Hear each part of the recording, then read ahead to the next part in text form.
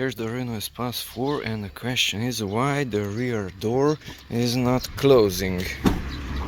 It's not closing. So why is that? Well, it barely opened when I pressed that button, and thus the problem is here. See this rubber strip, that sealing came off, so it is not moving up here. But notice there it is disconnected, so from the portion which stays firmly on, from there start pushing it on and it will enter where it should. Do it from the other side also.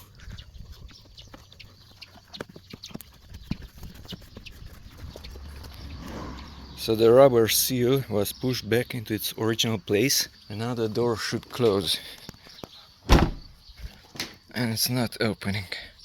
So just in case your door is not closing, check this rubber. Of course there could be other problems also. Maybe something is blocking this mechanism which holds the door, or in this case the mechanism which holds the door, that was broken once, and thus the entire door was at an angle a tiny amount which was not visible.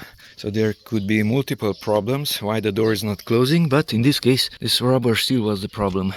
Also notice I already got dirty a little bit.